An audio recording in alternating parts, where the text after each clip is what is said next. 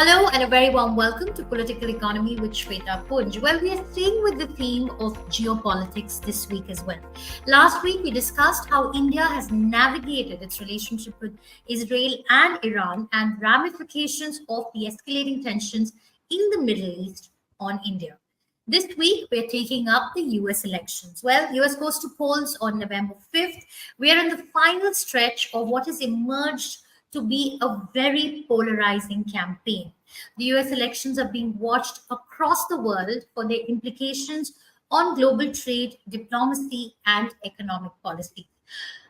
There are two candidates in the fray. We have Kamala Harris and former President Donald Trump, who are presenting very different visions of America's future. And America's future influences the future of a lot of economies across the world. Well, besides the economic ramifications, the new president of the United States will also steer a very crucial relationship for India, the changing dynamics between India and China will be determined by the new US president. Well, my guest for today is an expert in what she has termed as a fateful triangle: US, India, and China. Please welcome Tanvi Madan. She's a senior fellow in the foreign policy team at the Brookings Institution. Tanvi, thank you so much for joining us from New York. You are at the center of where all the action is, and we've been getting all news reports, and all we really do is follow some speech or an excerpt from somewhere and getting to read some stories and news reports coming out. So tell us, what's the sentiment in the US right now around the elections? What's it looking like? Is it going to be Mr. Trump or Ms. Harris? Thank you, Shweta, for having me on the show. This week, I'm in Washington rather than New York, but it is true I travel a fair bit, so you never know where you find me. I think one of the things we're seeing with the elections is it's a toss-up. That is a term that people use for individual races, but in this case, it is true for the presidential race, but even in terms of potentially the House and the Senate, which also will matter for US foreign policy and its international approach. In terms of the presidential race, what it's going to come down to in this final stretch is you're going to see a lot of campaigning. You're going to see micro-targeting, people actually seeing who are the groups that are likely to vote, and then try to turn them out, try to get enthusiasm out. Because at the end of the day, while this is a kind of a national elections, you see a lot of national polling. What it comes down to is 7 states, maybe 8, what people call swing states, states like Michigan, Wisconsin, Pennsylvania, now North Carolina, Arizona, Nevada. And what people are actually looking at is how are people going to vote in these states? And from all the polling we've seen, and mind you, polls here get it wrong too, but from all the polling we've seen, these are very close elections in each of these states. And so what it comes down to in part is turnout. Are you turning out your base? Are you going to also be able, in Kamala Harris's case, less so perhaps in Donald Trump's case, are you going to be able to get some Republicans to switch over and vote for you, some moderate Republicans? She's been spending a lot of time appealing to them. And in Trump's case, are you going to be able to make inroads into, for example, non-traditional voters who have not tended to vote for the Republican candidates? So, for example, in this case, would be kind of how they termed non-white voters, African American men, or Hispanics. Can he drive the numbers up? Maybe not. He might still lose them in terms of if you're just looking at who has the majority. But the question is, can he drive Democratic numbers down and drive up his own numbers with various groups? We're seeing we see some generational gap often in these elections, but also a huge gender gap this time, which is expected to widen. And so, these are the things that, frankly, you cannot tell, not just till polling day or till we get the results, we might even not know on results day itself. One thing to keep in mind, voting has already started in the US, because there's a lot of mail-in voting, absentee voting. They even have early Right. voting at certain polling booths. So right now, it's all about turning out your voters. I think most people are already convinced. I personally don't believe there are too many undecided voters, but it is true that there are some who do decide at the last minute, and it's just very hard to know which way they'll break. Right. So let's just talk about the economic visions that Donald Trump is presenting and Kamala Harris is presenting. What Ms. Harris is presenting is continuation or more of the same policies that Mr. Biden, had practiced, and what Mr. Trump is promising is a very protectionist regime. What is the general sentiment amongst Americans when it comes to how they feel about their economy? Because the American sentiment really drives the global sentiment, and that's a fact. And whenever, like, from my point of view, when I'm sitting in India and when I hear Mr. Trump talk about how India's tariffs are so high and he's going to slap the same tariffs on us and so on. It does worry me as somebody who has tracked economic policy, because we've grown up in a globalized world, but increasingly we see the world coming to a close. We're seeing barriers and tariff barriers and non-tariff barriers go up. So I just want to get a sense from you on, what is the average American feeling at this point, and why have we witnessed such a sharp polarizing campaign this time around? What's different? With the caveat, Shweta, that I'm not an economist, and you know economic policy better than I do. I'll say that what you've seen on economic policy and sentiment is what you see pretty much across the board, which is it depends what team you're on. If you're on Team Kamala, you're saying things are going great. If you're on Team Donald, you're saying the economy is terrible. The numbers are actually very good. The U.S. economy is doing quite well. Inflation is down. The post-COVID emergence was managed well by the Fed. You've seen growth doing pretty well, and you're seeing unemployment down and a record number of jobs created. But in terms of when you ask people how they feel, they're often either reflecting their personal experience or, frankly, their political preferences. And so it's, some of this will show up in kind of the polling where we've seen a lot of yo-yoing. You initially saw majority in a number of polls saying they trusted Trump more to handle issues like inflation, so price rise, which was a matter of conversation a fair bit. That gap has closed. You're now seeing some polls. I think the Financial Times had a poll, for instance, that showed Kamala Harris has closed that gap on the economy. But so, bottom line, the sentiment on this, I don't think there is an average American view. I think it often depends on your own personal experience. And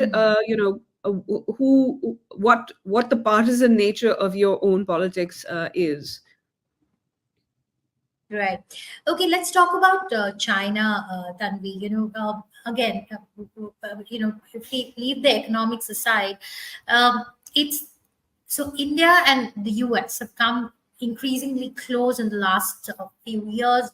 Primarily, I mean, a lot of the US alignment with India, greater engagement with India, is also driven by the fact that post-COVID we saw there was a shift in this whole China plus strategy that came about. Countries started looking at alternative destinations, and India emerged as a destination.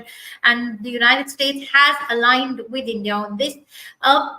Going forward from here on, how significant is this election? And, how would it pan out for India and China if Trump were to come to power or Ms. Harris were to come to power?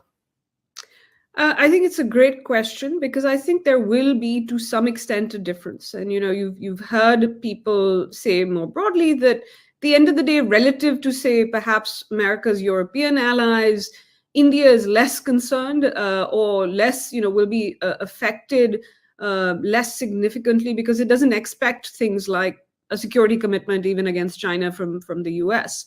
And it has a different view in terms of how to manage even a Trump administration. But I do think how the next US president or any US president approaches China is probably actually the number one thing I would say that if you're sitting in Delhi, you're probably thinking about. If you're sitting in South Block, you're worried about. If you're sitting at 7 local Yanmag, that's what you're worried about, not the bilateral issues that might come up. But I think those could be related, and I'll come to the trade question. Because of what you said, which is China has been, or convergence in China has been such a driver of various aspects of US-India relations, whether that's defense and security, whether that's the unprecedented technology cooperation we've seen during the Biden administration, whether that's on even economic policy as you laid out, diversification, friendshoring. These, or even the previous Trump administration, that they took a hawkish view of China, actually, benefited India because the Trump administration was willing to get closer to India, particularly after the summer of 2017. So I think what China policy ends up being will shape, for one, what the US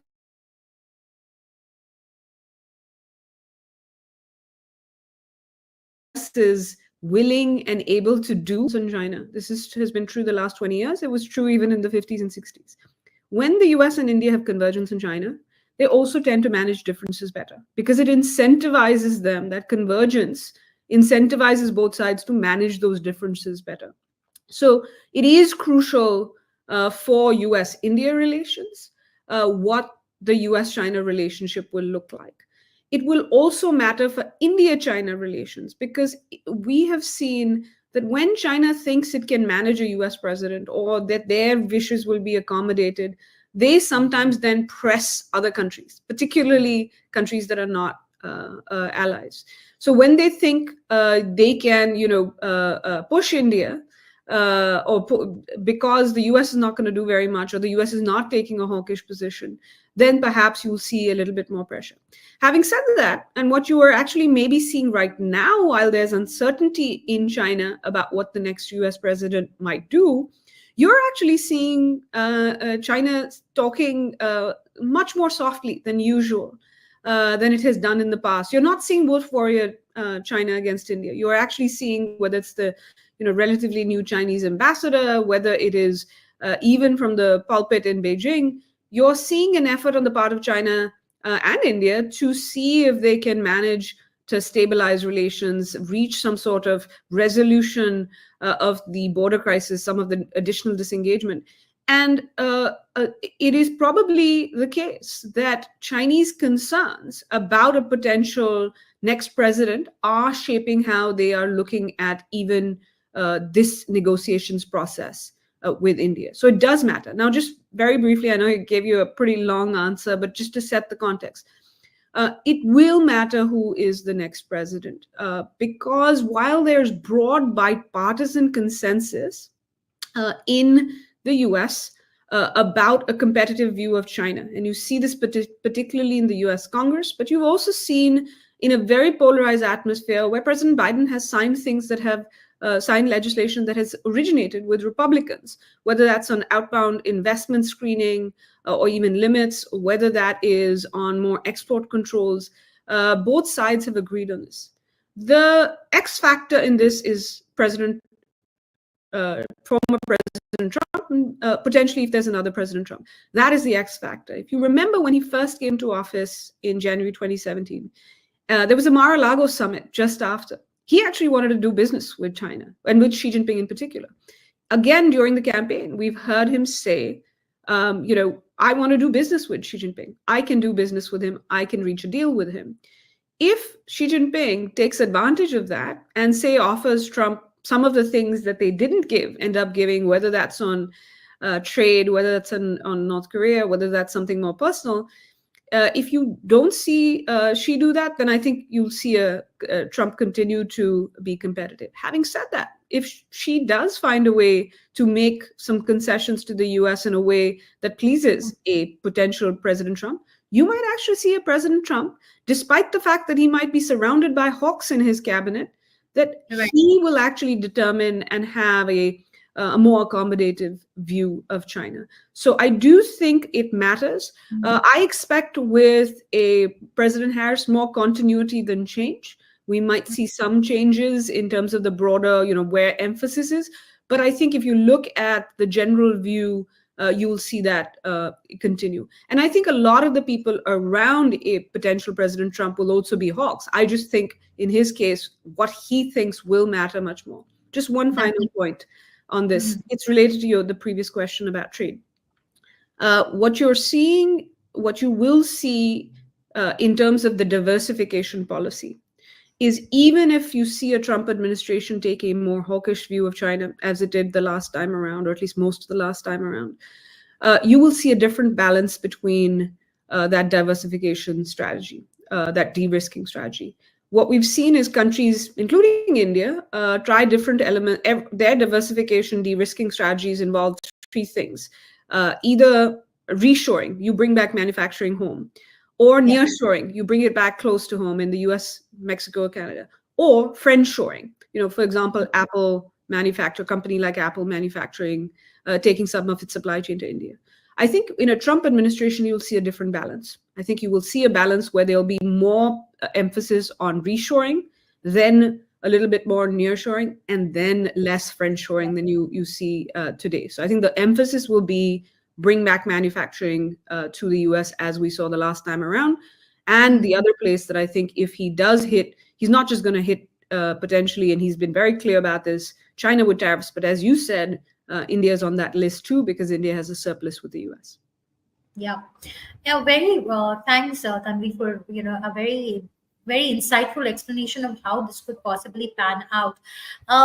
And you're right. I mean, this is the one question that uh, everyone in the policy making circles is really wondering which way will the winds blow, depending on the president that comes into power in the US. And like you said, that Mr. Trump presents a lot more uncertainty, and you've suggested that there could be at the moment, what we see is a lot of emphasis on friendshoring. Like Apple has come and invested in India and has expanded its manufacturing capacities in India, but that could take a turn, is what you're implying. If Just to clarify, I don't mean specifically, I don't know what, one sure, company's sure, decisions, yeah, but the Trump but administration will want, if there is one, will want much more reshoring than friendshoring. Hmm, hmm.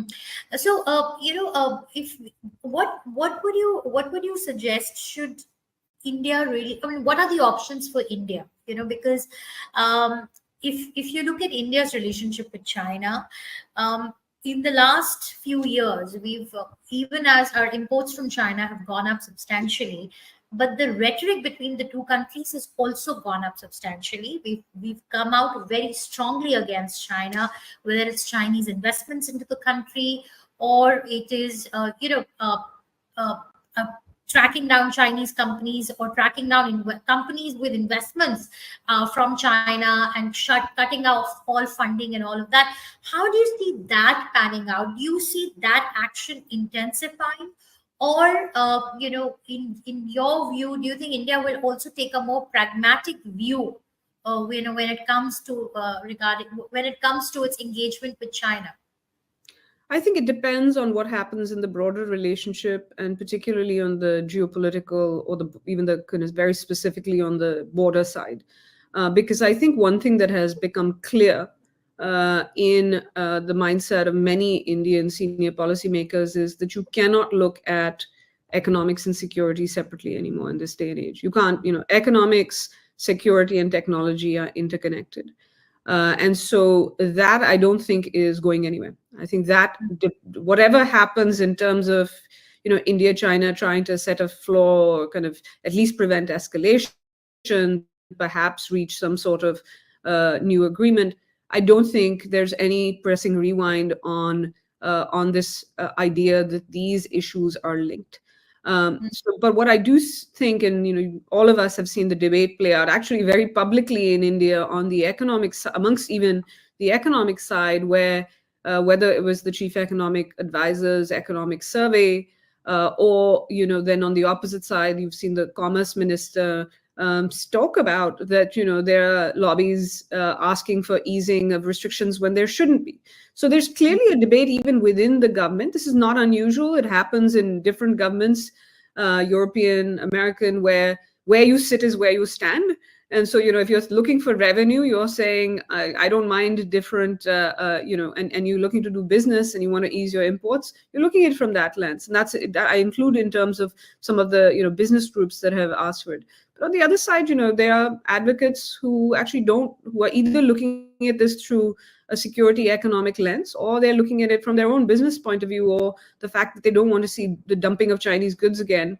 It's not unusual to have that debate. I think where this will land up is that you will see, again, with the caveat, it depends on what happens at the border, is you will see an India that will take a case by case view, or at least a view of and make some clarifications about what kind of Chinese investment, but potentially, and I think, investment not in tech spaces necessarily, but in things like maybe manufacturing or non-sensitive infrastructure, is, or even in terms of importing goods that then can help India become part of global supply chains, at least in letting them be imported in the near term.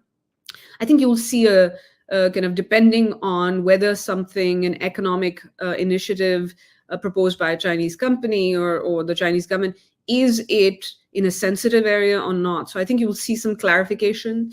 You might see some rationalizing or creation of mechanisms that fast track, or at least make quicker decisions about approvals or disapprovals in terms of certain Chinese goods. But I think what you will see is, and you've already seen it in some cases, in certain cases, allowing certain imports that help India then become part of other countries' diversification strategies, or second, visas for Chinese technicians that frankly are coming to India and helping train people who will eventually take their jobs.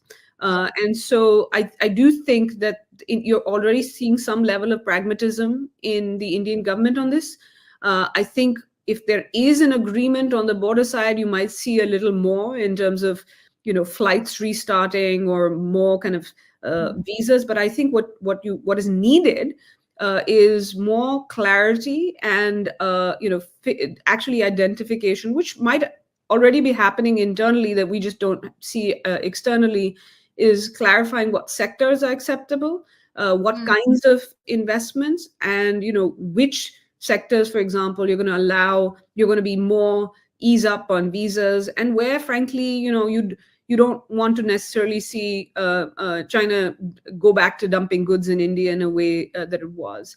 I will say though, what this should be is for a window of time where I think the Indian effort to try to ensure that in certain places, pharmaceuticals is a good example, that this should just be a temporary measure to get back to a place when India is not like moving all of this back to India, but that just like other countries are doing and India has attempted to do, that over time what you want to see is friendshoring, reshoring, and less so in India's case, nearshoring, but a combination that means India goes back to no longer being dependent on advanced pharmaceutical ingredients from China to that 60, 70, 80% level, and it comes down. Because it's not just about reducing imports, it's about reducing Chinese leverage on India. And the preparation, the things could go wrong again. So, in your book, you've gone back to the history of relations between US, India, and China. So, if there were any lessons from the past, that could be applicable to the current scenario, if Mr. Trump were to become president of the US, would that, what would that imply for India's relationship with China? Because clearly Mr. Trump has come out very aggressively against India's tariff policies and so on, while diplomatically India might continue to engage, but from an economic point of view, it could just affect India's negotiating power when it comes to dealing with China, because right now the heft is also coming from the fact that US is aligned very closely with India, so it's been like a partnership of sorts, but that might not be the case. And India, so how do you see that situation playing out for India? I think one of the lessons in the past is these decisions tend to be interconnected. So some of it is, what would a President Trump potentially, how would he approach China? And then what are policymakers in Beijing thinking about it? So, for example, if you see President Trump, future President Trump take that more competitive view of China that India would actually like or prefer, the question is then China has two options, maybe even three, but Beijing could decide that there's a lot of pressure on us from Trump. And actually, what I want to try and do is ease my China front even more, because I have other issues, whether it's my economy, whether it's my problems with the US or Japan or Philippines. And what I will try to do is actually ease up with India a little bit, and do so in a way that potentially I might want to try to create a wedge between India and the US, in case a President Trump creates more uncertainty for India. So you could see a Beijing that says we're actually going to try to create space by easing up the pressure on India. Or you could see the decision that Beijing made in the previous Trump administration, where instead of easing up on India, it tried this briefly in the fall of 2017, and in fact, the Wuhan summit in spring 2018 part, we're facing a lot of pressure from Trump. So let's try to see if we can ease things with India. So that 2018-2019 period, you did see some of that right up to the Mamlapuram summit in October 2019, exactly 5 years ago. I think what you now, the other option is Beijing does what it ended up doing after, which is saying, you know what, actually India, we're going to pressure India even more. Because they're not a US ally, there's no commitment, and we can press them and send a signal. And we can distract them from the Indian Ocean by giving them more security things to do, or defense needs to deter at the border. Or China says, because this could be both, that yes, we're going to do this because we'll pressure India, it'll distract India, and make it a less capable and willing, potentially US partner. Or it could do this because it says if we put pressure on India, it will raise voices in India that say we shouldn't be partnering with the US because then China gets upset at us. We shouldn't do more with the Quad because it'll provoke China. So China actually creating a sense of concern in India that would then lead India to, or their intention would be get India to do less with the US. Finally, there is that view in China that seems to have prevailed the last few years. We'll see if it continues to do it, is to say, look, actually India is already so aligned with the US. We should just put more pressure on them because that'll actually weaken them over time. And so, in fact, they are part of our US problem. So I think what they're going to do will depend on what Trump does, and then they will make decisions, and that then creates the landscape for India, which India has to respond to. At the end of the day, whatever, I'm a believer in there's certain things India can control, and there's certain things you can't, and so you focus on the things you can control. And India doesn't get a vote. India also doesn't control what China does or what a President Trump might do. But what it can do is two things at least, which is continue to build capabilities and continue to deepen partnerships with whoever is willing. That means not just the US, but other countries who are willing to work with India. And part of the reason for those partnerships is to then strengthen Indian capabilities.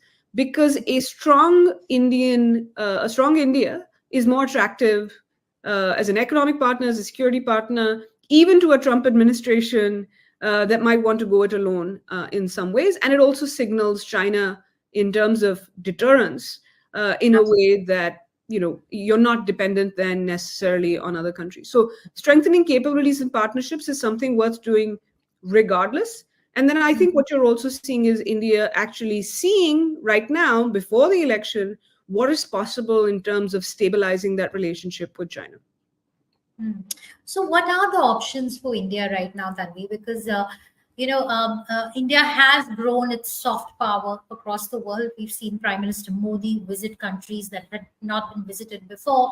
He's really made a very concerted effort to build bridges across the world, and also reclaim friendships that were lost over time, or reassert India's position. Now that we see a lot of friction geopolitically, whether it's the Russia Ukraine war, whether it's the tension in the Middle East, Israel Iran, and then you might have a US administration that could take a different view on China than the previous administration. So where does that leave India? You referred to something. You said that India needs to reach out to other countries to strengthen itself. What countries would you recommend that India should reach out to, and how can India move forward from there? What is the If you could just help us understand the geopolitical context and how things have changed for India, and how what could be the imperatives for India right now to safeguard its position of strength and power that it has built in a very concerted manner in the last few years. I think, I will say that whether or not, and this is not just a potential Trump administration, I think there will be a concern in India, even with a Harris administration, that these crises you mentioned, to different extents, will draw so much US attention that even if it wanted to compete with China, that it would be distracted. And so this wouldn't be a classic G2 that India is concerned about, but more that there would just be so much on the US plate that either China takes action, resources are distributed in a fashion that it cannot respond in a manner that that those actions deserve. I think what you would see potentially is one that I think regardless of who comes in, you will see Indian policymakers make a case, as they did when they were surprised and the Trump administration came the first time around. Regardless with any new administration, we've seen, because the US has become so important for India across a range of issues. Prime Minister Modi has called the US an indispensable partner for India's economic and technological transformation. Prime Minister Manmohan Singh had said something similar at one point. And because of that, you'll see with any new administration, India will, in part, make the case to the US, and it'll tailor make it depending on who the president is, to say, we are strong and capable. We are not going to be a burden on you. There is no security commitment. In fact, we will help you burden share in this region while you have these other crises to deal with. Where we can be helpful, we'll help you resolve those crises.